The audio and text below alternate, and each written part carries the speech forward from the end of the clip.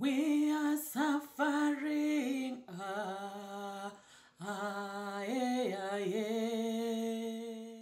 My name is Rose McCarthy and I work for the Refugee Council. When you hear the word refugee or asylum seeker, what image do you see? Imagine a pregnant woman or a mother. How do you feel? Maybe sorry for her, maybe you'd like to help, maybe you do help. Maybe indifferent, it's nothing to do with you. Or maybe even angry with her for coming here and putting her life and her children's lives at risk when she should really go back to where she came from. Well, today we'd like you to meet the women behind the labels. Last October, over 50 such women gathered at the Leeds Playhouse. It was an event organised by the Refugee Council, the White Ribbon Alliance, the Maternity Streams Sanctuary and the Leeds Playhouse. They came to have fun. They had their hair and makeup done, their photographs taken by Joanna Vesti, which she then used to create an amazing photo exhibition.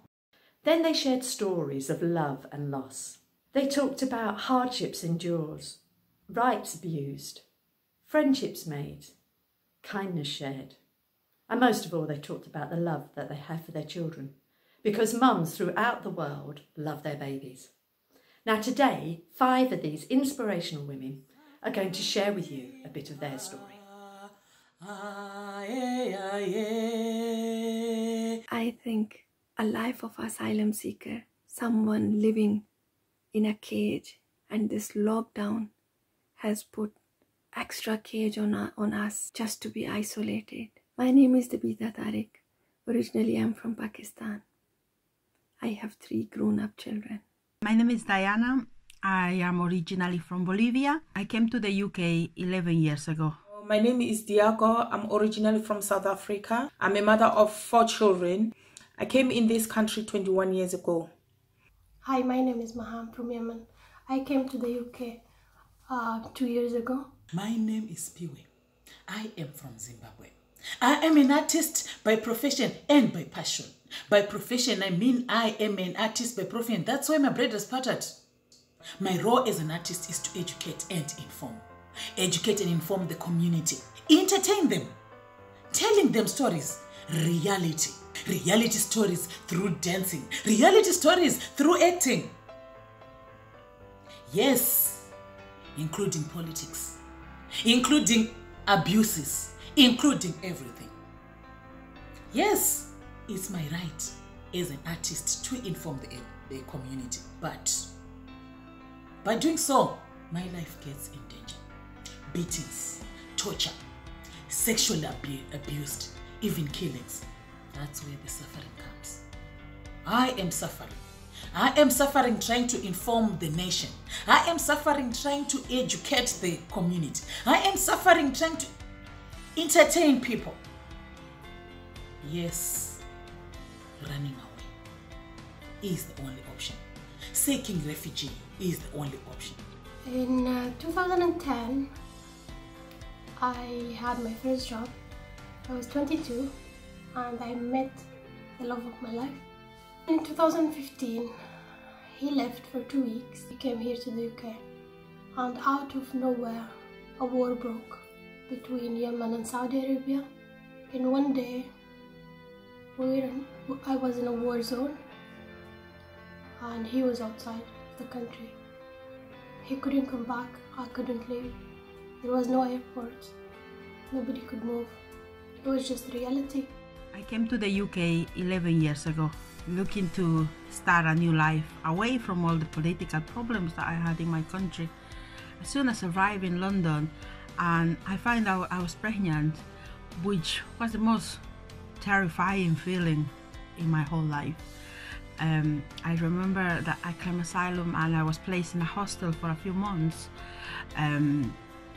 During that time, I did not feel the need to learn the language, because in a city such as London, it was so easy to find people who will just talk your own language. The difficult thing came when I went to the hospital to give birth with one of my friends, thinking that would be a few hours, so I did not need anyone to translate or anything like that. But those hours became longer and longer until they turned into days. And I remember being in the hospital for 3 whole days, and at the end of it I gave birth to an 11-pound baby, which was the most terrifying thing.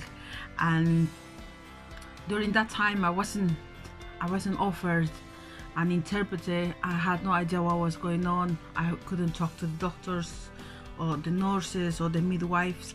The only thing I remember was this nice, sweet nurse who kept bringing me lots of hot chocolate, and she was really nice. She didn't speak my language and I didn't speak hers, but you could feel the kindness. I am a graduate nurse and a midwife, but because I am still asylum seeker, so I don't have a right to work. But I am thankful to the organization who give me opportunity to participate as a volunteer. But still, it's not what I want to do. It's what I am getting to help to others. I still miss my own line, my own profession, who I am. Before, at least we were able to participate in the social activities, in the social groups, social gatherings. But now it's nothing. It's made us more depressed, isolated, and more left behind. I started suffering a lot when my husband, 5-year asylum seeker, stopped because he introduced us on the system. We struggled. We didn't have anything at all, so ever. We tried to apply. We tried to do all sorts, but there was no way. We were so lost, like there was no light for us. We didn't even know how we are surviving for the day, not to talk about a week or time coming up. It reaches to the extent of one day it was really cold outside, snowing, and we didn't have food in the house. I didn't have gas, I didn't have electric. But by the grace of God, I have a sister called Emily. She called me and asked me if everything was okay, and I tell her, I said, Emily, it's really bad. There's no electric in the house, there's no gas. I don't even know what I'm feeding my children today. I won't turn back because I want to feed. And then Emily fly. She came into my house, bought electric, bought gas. And after a few days, she sat me down, said, Diako, this is getting too much. You cannot continue like this. You need to do something. You're going to end up hating yourself. You can come and join me. She told me that she was a Refugee Council volunteer. As I had a problem with my family, I needed to feed some money to feed my children, not to volunteer for free. And then she said to me, it's not all about money, Diako. Come with us to Birmingham and see if it will work out for you. But if it doesn't work out for you, it's not a force, you don't have to come again. And during that time, I was already starting to lose my hair. The doctors, they were saying is the alopecia because of stress, and there is a occultistic calvaire. My friend took me to Birmingham, where I met so many people who were telling about their stories, what they are going through, which was very difficult for me to hear. I just look at myself and thought that what I'm going through is nothing to compare to what they are going through. And then after that weekend, Monday, I wake up, wash myself, and went to volunteer. Right after the baby was born, I was dispersed to Leeds, where the language barrier really hit me. I find out how difficult it was to live in a country where you don't speak the language.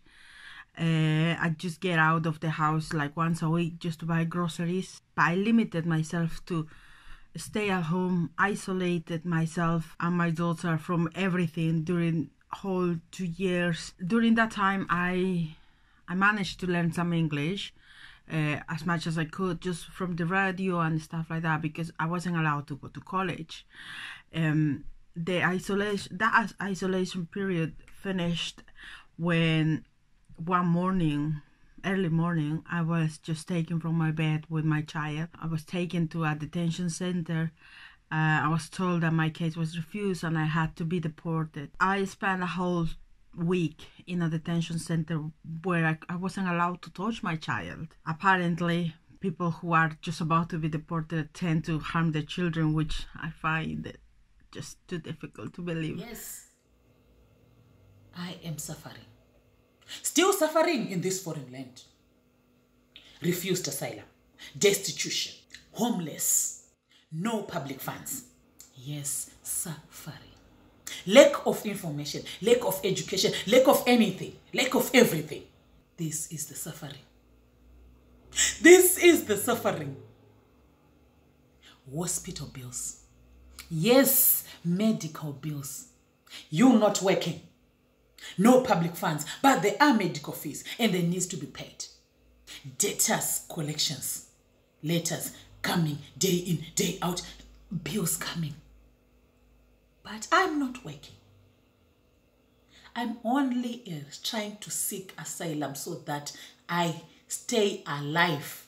It's very painful to go through each and every day, to see your failures. They just came and stand in front of you and you think that these are the big barriers which you cannot cross. I had a very bad experience during this time which made me to think about that. I am nothing. My value is not even the worth of dust. I saw a volunteer form to apply it in a hospital and I was so happy. I filled that form and sent back to them, and after waiting 2 weeks I got a phone call from them, and it was so impressive and so encouraging that I felt that I started breathing again. He called me again and discussed to me about the uniform, about the duty hours, my specialities and everything. I felt myself that time like an eagle who has lost his all the hopes and he's just sitting on a cliff waiting for the last breath. And then somebody gave him an extra strength and took him on the peak to fly, to enjoy the life. I got that much strength that time, and I start waiting for that time when I will join to work. I thought, yeah, okay, I can leave Yemen. I can't stay when there is no life. I couldn't have my dreams anymore. Everything was destroyed, and it was just fighting is not something you want to live in. And I thought I should leave. It took me so much energy to take my family out with me, to convince them that this is the right thing to do. It's never easy. People don't want to leave. They believe we all have to stay together. You can't leave your neighbors, you can't leave your friends. So many family members, you can't leave them. But I wanted life. Where I'm from, in my country, we believe that if you tell your story, people can use it against you. So we used to say you can never tell your business. Your business is your business. You can never tell it out there because tomorrow they can use it against you. So that's what I used to tell myself. But at the end of the day, I was able to talk about my feelings, even if I wasn't that openly. But a little bit I gave it out. I saw the support from these ladies, and that was it. That's how my journey started, and I became much better. After those 7 days, I was taken to the airport. I checked in and everything, but there was a solicitor who turned out. I wasn't deported. In fact, I was put in a nice hotel for the night and then brought back to Leeds. I realized that I just had passed the most traumatic experience in my life, because my life was never again the same. I was really paranoid. I was really anxious about being detained again. During that time, I was lucky enough to come across something called the befriending service, in which I was assigned a befriender, somebody who somehow guide me the way back to the community. I had a friend. Out of the sudden, I just had a friend. It was a really surreal experience for me after being alone for such a long time. After 2 weeks, I got another call and they told me that they don't need me anymore because they have enough staff. I wish somebody could see me that time, how much I was in pain that time when they told me this thing, because they gave me hope to fly again, to feel myself who I am. Suddenly they have taken my breaths out. I was so broken, so depressed. I couldn't sleep for a couple of days. I stopped talking to my friends or somebody. I did not even share to anybody. And then I got strength just to stand up, to breathe, and to feel the dream again, who I am. After 5 months of being locked, me and my family left in one of the first flights that were leaving Yemen, and we went to Malaysia. It was the only country that you can enter without a visa for Yemenis. A few months after being in Malaysia, me and my husband got married. It wasn't the wedding I imagined. I imagined a lot. I had a lot of time to imagine it, but it wasn't. It was simple and it was lovely. I know I missed my friends being there. So much of my family wasn't there. It was in a different country, but it was our wedding and I'm so happy we had it. After the wedding, we had to find ourselves. I wasn't allowed in so many countries and he couldn't find a job in Malaysia. So we ended up flying here and there. What I remember from that is that for 3 years, my clothes were in a suitcase. I didn't unpack for 3 years. I can't go back. I can't stay here. So what should I do? I am suffering depressions, stressed, missing my children, missing my life. Being an asylum seeker, at times I will take it as getting in a cage, close the cage and throw away the keys away. Yeah, no one is gonna open it for you. I'm thankful to my counselor. She gave me a good example of what is life. I am a nail biter, persistent nail biter, and I bite it very badly. And then she told me, why don't you grow your nails of one hand?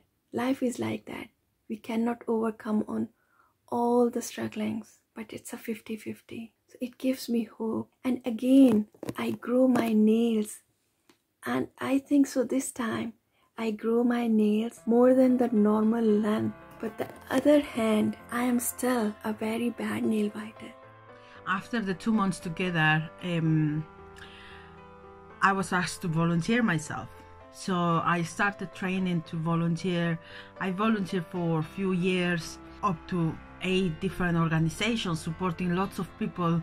I felt like I finally got like a purpose back in my life again. My fight to get my status lasted for a whole total of 8 years. And right after that, I was just put back again in the system, trying to look for a job, to try to get benefits together and make a CV and stuff like that, which was really difficult when you don't have the working experience you're required to.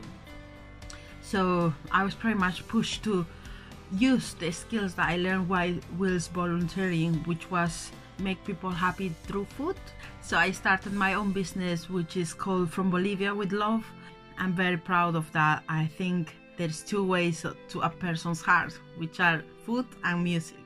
I've been everywhere with Rose McCarthy. She have took me everywhere. I give talks. I've been in Scotland, I've been in Wales, I've been in Manchester, I've been everywhere. Ask me anywhere, I've been with Rose. Since we were here and we didn't have jobs, we couldn't work. My kids never been in holiday anyway. We couldn't even travel out of country. So they were born, they will never travel anywhere. The only place they knew, it was Leeds. Volunteering, being able to help me to be able to take my children to Dales and meet people and see all sorts. It was a real mind resting. And believe me, volunteering helped me when I was lost. I was in a dark hole, but the volunteering helped me. It bring me out of that darkness and it put me in the light. I got help. I remember we went to a conference in Hull where I met Geraldine, and she's from Growing Points. Geraldine asked me my name and asked where I'm from or what am I interested on. I was telling her that I would like to be a nurse, and then she said to me they are Growing Points. It's called Growing Points, where they helped me to get the job as an apprentice, and then I grew forward to become a Band 2 where I was able to work as a clinical support worker. Even my daughter, the 21-year-old, she's working as a clinical support worker now. She started like me as an apprentice and now she's a clinical support worker, Band 2. I always say the life is really hard. There are some times where we are in the darkness and in the dark hole, and then there's a time where we're supposed to come out of that dark hole. Even if sometimes I see my light before, it was very, very at the end of the tunnel. But the more time goes, the more I see my light coming closer and closer and closer and getting brighter and brighter. And then I believe one day I will definitely shine. I'm gonna let it shine. This little light of mine, I'm gonna let it shine, let it shine, let it shine, let it shine. There is a light that needs to stay shined. I am that light. You are that light. Yes, you are that light. We need to stay shining. There is sufferings, but we can't suffer forever. There is hope in everything. We thank the Refugee Council. We thank the organizations, different charity organizations, Pathras, Red Cross. They have come together trying to help asylum seekers, trying to help refugees so that we feel at home. So they are holding our lights. Let them switch them on for us so that we can shine. Me and my husband are settled down now here, and we have a tiny house. It's a lovely house. We have one son. He's 1 year and a half. His name is Sam. After so many years of not being able to work, I'm finally working as the project manager for the maternity stream. I work with asylum seekers and refugee women, and I can totally understand what they're going through. The message I want to give this time is this: please, before showing any dream to someone, make sure what you are showing to that person. How close is that dream to that person's heart? And if that dream will break, how much pain that person will have. I'm so thankful to the organization who are still helping us, who are there to listen, to feel our pain. The reason why I'm talking about my husband and my partner is that I chose my ring as the object that supported me through my travels. I have this ring since 2011 and I never took it off. It's always been with me. It supports me all the time and it reminds me of who I was. That was the support I had, the support of love. I'm so excited for the future. I want to see what life will bring. I'm always saying like I'm like a flower that is growing in the concrete, you know, like where the cars are passing. You know that there's nothing will grow there, but I am the one. I am like the flower that grows out of that concrete. Well, I will just say to all the refugees out there to be proud of how far you have come, and just to let them know that this is not the end. You also need to be really hopeful of how far you have still to go. It's still a long way ahead, still a lot of work, but you definitely can do it.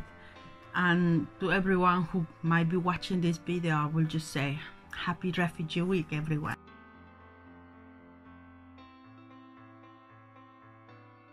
Life as a person seeking sanctuary is tough. No one dreams or imagines that they will become a refugee, but sometimes it happens. People are forced to flee their country and have to try and rebuild their lives in a new one. I believe that people seeking sanctuary should be allowed to work, to use their skills to contribute, and that we should welcome and include them in our society, and then all our lives would be enriched. If you'd like to hear more stories, then contact me at the Refugee Council. If you'd like to host our Tales of Love and Loss photo exhibition, then contact Kay at the White Ribbon Alliance.